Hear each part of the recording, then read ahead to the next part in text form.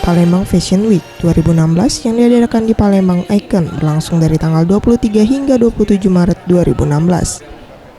Dalam acara, tercatat ada 25 desainer menunjukkan koleksi tren terbaru 2016, antara lain Rashid Salim, Handi Hartono, dan Jenny Cahyawati yang berasal dari Jakarta dan beberapa perancang busana lokal.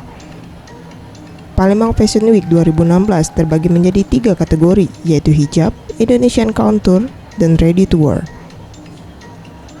Menurut Cho Ing, selaku Direktur Palembang Icon Mall menjelaskan, antusias masyarakat Palembang menyaksikan Palembang Fashion Week meningkat 30% dibandingkan tahun 2015 dan berpengaruh ke tingkat penjualan di mall hingga 40%.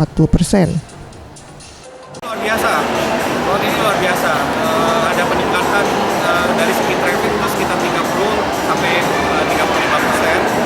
Kemudian dari segi penjualan mencapai 45%. Ada 100 model yang ikut meramaikan acara Fashion Week ini, dan kegiatan Fashion Week ini dijadwalkan setiap tahunnya. Mega Dwi Handayani, Sriwijaya TV.